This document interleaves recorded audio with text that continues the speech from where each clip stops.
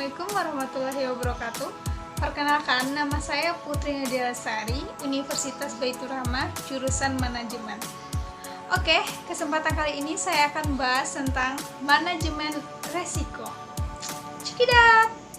Berdasarkan dari pengertian, menurut Smith, manajemen risiko ini didefinisikan sebagai proses identifikasi, pengukuran, dan kontrol keuangan dari sebuah risiko yang mengancam aset dan penghasilan dari sebuah perusahaan atau proyek yang dapat menimbulkan kerusakan dari perusahaan tersebut. Sedangkan menurut Fahmi, manajemen risiko adalah bidang ilmu yang membahas secara khusus bagaimana organisasi dalam menerapkan langkah-langkah yang memetakan semua masalah menggunakan pendekatan manajemen yang sistematis dan komprehensif. Sedangkan secara umum, manajemen risiko dapat diartikan sebagai proses mengidentifikasi, menganalisis, mengevaluasi, mengendalikan, dan berusaha menghindari, meminimalkan, atau bahkan menghilangkan risiko yang tidak dapat diterima. Oke, selanjutnya jenis-jenis dari manajemen risiko, yaitu ada yang pertama manajemen risiko operasional dan manajemen hazard. Oke, di sini ada juga risiko perilaku. Risiko perilaku adalah peristiwa yang dapat menyebabkan kerugian bisnis. Dalam hal ini, ada 3 bahaya yang perlu kita ketahui, yaitu pertama bahaya hukum, bahaya fisik, dan bahaya moral. Oke, jenis manajemen risiko selanjutnya yaitu manajemen risiko finansial.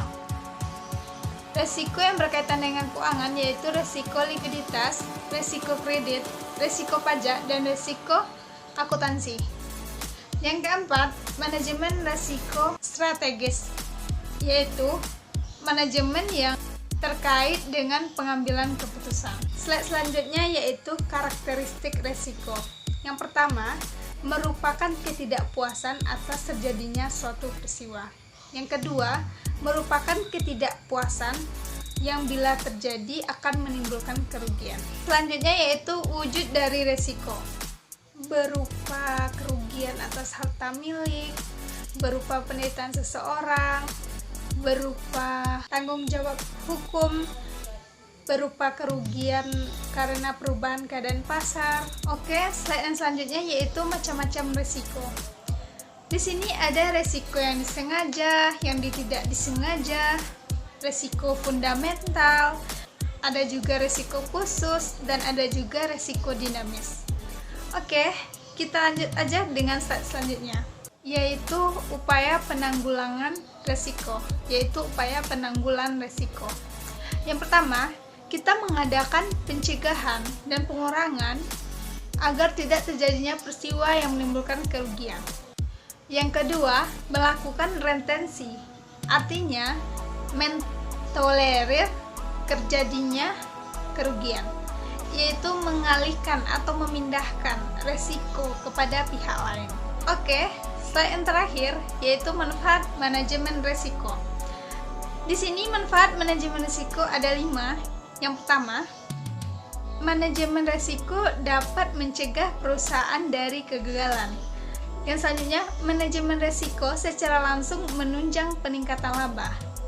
Dan yang selanjutnya, adanya ketenangan bagi manajer. Dan yang selanjutnya, manajemen risiko melindungi perusahaan dari berbagai risiko.